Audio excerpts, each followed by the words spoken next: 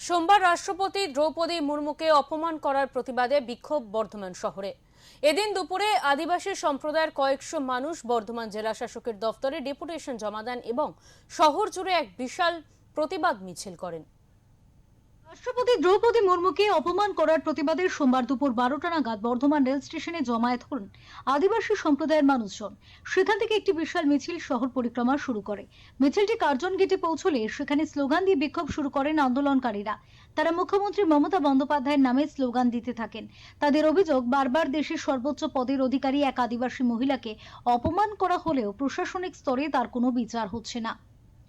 গত 7 তারিখে শিলিগুড়িতে একটা ন্যাশনাল সাঁতার কাউন্সিলের একটা সংস্থার একটা সম্মেলন ছিল। তাতে সেখানে মহাময়ী রাষ্ট্রপতি দ্রৌপদী মুর্মু মহাশয়া উপস্থিত ছিলেন এবং সাথে সাথে ওখানে যে ঘটনা প্রোটোকল দেওয়া হয়নি এবং বর্তমান আমাদের পশ্চিমবাংলার মুখ্যমন্ত্রী যে অশালীনভাবে তার মন্তব্য এবং যে অপমান সূচক বক্তব্য, এটা আদিবাসী সমাজ মেনে নিতে পারেনি। সেই জন্য আজকে ডিএম এর মাধ্যমে আমরা মেমোরেন্ডাম দিতে চাইছি ইউনাইটেড ফোরাম অফ অল আদিবাসী অর্গানাইজেশনের পক্ষ থেকে।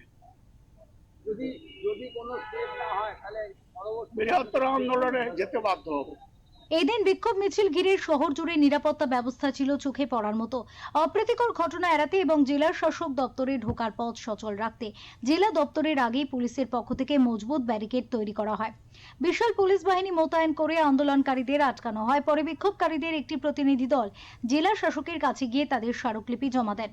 উল্লেখ্য, 7ই মার্চ 9তম ইন্টারন্যাশনাল সাঁওতাল কনফারেন্স 2026-এ যোগ দিতে শিলিগুড়িতে উপস্থিত হয়েছিলেন রাষ্ট্রপতি দ্রৌপদী মুর্মু। বিধাননগরে পৌঁছে সাঁওতাল সম্প্রদায়ের মানুষদের সাথে কথা বলতে গিয়ে রাজ্য সরকারের বিরুদ্ধে ক্ষোভ উগরে দেন রাষ্ট্রপতি।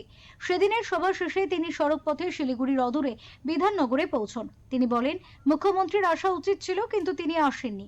আমার স্বাগত জানাতে এটা দুঃখের বিষয়। আর তারই প্রতিবাদে এদিনের এই বিক্ষোভ কর্মসূচি পালন করে বর্ধমানের আদিবাসী সমাজের মানুষেরা প্রতিবাদ জানায়।